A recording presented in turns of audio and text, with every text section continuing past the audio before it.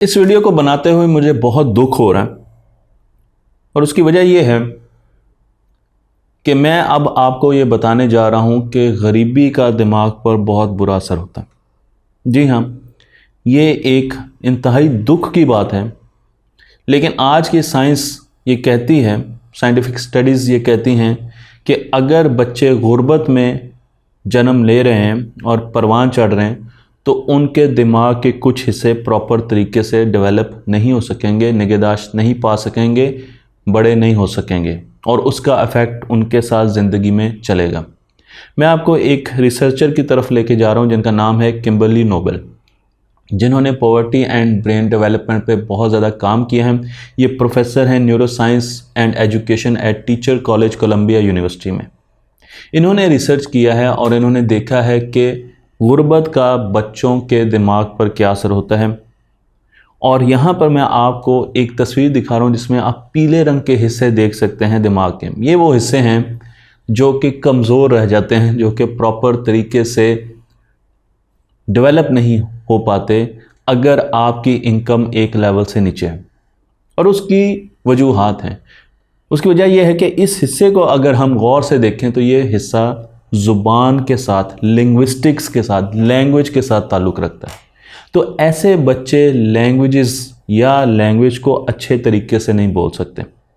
क्यों नहीं बोल सकते? उसकी कई वजूहात हैं। एक वजह यह है कि गुर्बत की वजह से उनके माँ बाप को उतना टाइम नहीं मिलता कि वो अपने बच्चों के साथ ज़्यादा बातें कर सकें, वो बच्चों पर ज़्यादा तवज्जो दे सकें। और दूसरी बात यह है कि उनके कहे हुए अल्फाज की क्वालिटी इतनी अच्छी नहीं होती, लैंग्वेज की क्वालिटी इतनी अच्छी नहीं होती।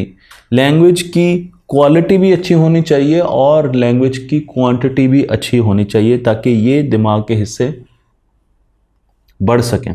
उसके साथ साथ कुछ खाने पीने की चीज़ों का भी ताल्लुक़ है, लेकिन ज़्यादातर स्टडीज़ ये बताती हैं कि हम ज़ुबान अच्छी बच्चों के साथ नहीं बोलते। मैं आपको एक बहुत बड़ी स्टडी की तरफ लेके जा रहा हूँ।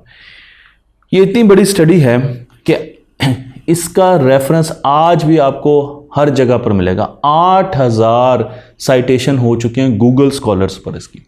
8000 साइटेशन का मतलब है कि 8000 रिसर्च पेपर्स ने इसको साइट किया है, इस स्टडी को, कि इस स्टडी से हमें ये इन्फॉर्मेशन है। इसे 30 मिलियन वर्ड गैप कहा जाता है।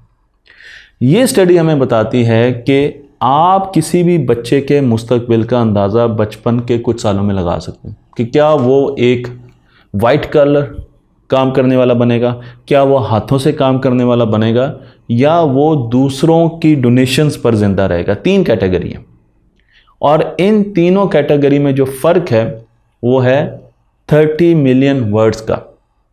ये स्टडी सबसे पहले की गई 1995 में। हार्ट एंड राइजले, 2 साइंसदानों का नाम मैं आपको यहाँ पर दे रहा हूँ जिन्होंने इसके बारे में, और ये ग्राफ जो आपको यहाँ पर नज़र आ रहा है ये भी इन्होंने ही बनाया है। लेकिन इस स्टडी में जो बेसिक चीज़ें की गई वो ये कि जब बच्चे छोटी उम्र में वालिदैन से या रिश्तेदारों से ज़्यादा अल्फाज नहीं सुनते तो वो ज़्यादा अल्फाज बोल नहीं सकते, और जब वो ज़्यादा अल्फाज बोल नहीं सकते तो आहिस्ता आहिस्ता वो ज़िंदगी की दौड़ में पीछे रह जाते हैं। हालांकि ये छोटी सी चीज़ है कि हम ज़्यादा अल्फाज बोल नहीं सकते।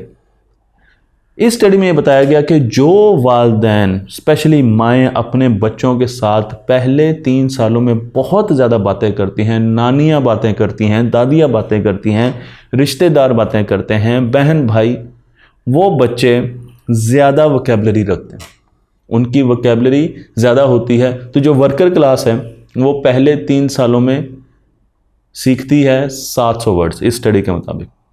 एज 3 में जो प्रोफेशनल क्लास है, वाइट कॉलर क्लास है, उसके 1100 वर्ड्स हैं, वर्कर क्लास के 700 वर्ड्स हैं, और जो वेलफेयर क्लास है, जो दूसरी डोनेशंस पर रहेंगी, ऐसे लोग जो दूसरों से मांगा करेंगे, वो सीखते हैं 500 वर्ड्स।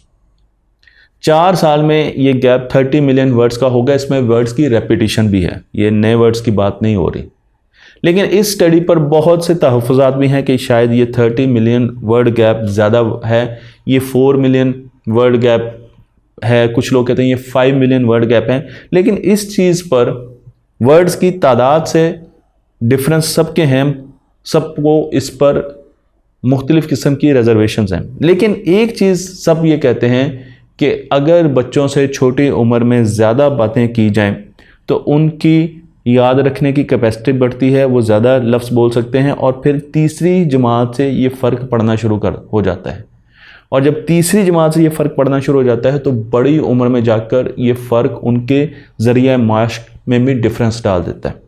तो अगर आप अपने बच्चों को वाइट कॉलर जॉब करवाना चाहते हैं, फ्यूचर में प्रोफेशनल बनाना चाहते हैं, तो उसका एक बड़ा सिंपल तरीका है, वो ये है कि माँ अपने बच्चे से पहले 3 सालों में ज़्यादा से ज़्यादा बातें करें। वालिदैन अपने बच्चों से पहले 3 सालों में ज़्यादा से ज़्यादा बातें करें। समझें कि वो आपकी बात बोल नहीं सकता, वो आपकी तरफ देख रहा है लेकिन वो आपको समझ रहा है, उसकी मेमोरीज डेवलप हो चुकी हैं, वो आपके अल्फाज को अपने याददाश्त में रख रहा है और जब उसका बोलने वाला सर्किट ऑन हुआ तो वो बड़ी तेज़ी से बोलना शुरू कर देगा। इसलिए आपने अच्छे अल्फाज बोलने, आप ऐसी कहानियाँ उसे सुनाएं जिनमें अच्छे अल्फाज हों, आप अच्छे लोगों की तरफ उनको माइल करें, अच्छे रोल मॉडल्स दें और उसके साथ साथ आप उन्हें यूट्यूब और टीवी के चैनल्स के पास ना जाने दें, क्योंकि मैं इस पर भी मुख्तलिफ स्टडीज़ में बताऊंगा कि उससे लैंग्वेज का बेड़ा गर्क हो जाता है और इन सोशल मीडिया के चैनल से आपको ये लगता है कि आपके बच्चे को लैंग्वेज बड़ी अच्छी आती है, लेकिन साइंटिफिक स्टडीज़ इसके बिल्कुल अपोजिट कहते हैं। तो जो पहली रिसर्च है, जो बहुत बड़ी रिसर्च है, जो कि आपके बच्चे का मुस्तकबिल बदल सकती है, एक्टिव लर्निंग करवा सकती है, वो ये है कि माँ अपने बच्चों से ज़्यादा बातें करें। रिश्तेदार, नाने नानियाँ, दादे दादियाँ अपने बच्चों से, पड़पोतों से, पोतों से, दोतों से ज़्यादा बातें करें और उन्हें इन्वॉल्व करें घर की हर चीज़ में और उनसे डिस्कशंस करें। उन्हें हर चीज़ में एक मेंबर के तौर पर रखा जाए तो वो बच्चा ज़्यादा वर्ड सीखेगा और आहिस्ता आहिस्ता बड़ी क्लास में फ़र्क डालता वो प्रोफेशनल क्लास को पहुंच जाएगा। यहाँ पर एक आखिरी चीज़ बताता चलूँ कि आपने बच्चे से आसान ज़ुबान बोलनी है, आहिस्ता आहिस्ता डिस्क्रिप्टिव, छोटे वर्ड्स नहीं बोलने, आपने पूरे के पूरे वर्ड्स बोलने हैं, ठीक है ना। अगर डिस्क्रिप्टिव की मैं बात करूँ तो जिस तरह LOL हम कहते हैं, लाफ आउट लाउडर, उसको LOL कह देते, इस किस्म के छोटे अल्फाज नहीं बोलने। आपने अच्छे लफ्ज़ बोलने हैं, आपने अच्छी उर्दू बोलनी है, अच्छी इंग्लिश बोलनी है, पूरे लफ्ज़ बोलने हैं, स्लो बोलने हैं, लेकिन उनकी क्वालिटी अच्छी होनी चाहिए। जुमले पूरे बोलने हैं, जुमले आधे आधे नहीं बोलने, ताकि आपका बच्चा उस तरीके से ज़ुबान को समझ सके और उसकी सीक्वेंसिंग अपने दिमाग पे करे। अगर आपने जल्दी और एक लफ्ज़ बार बार बोला और ख्याल नहीं रखा कि किस तरीके से जुमलों को ख़त्म करना है, किस तरीके से जुमलों को शुरू करना है, तो बच्चों के साथ आपने अपनी ज़ुबान का और बोलने के तरीके का ख्याल बहुत ज़्यादा करना है।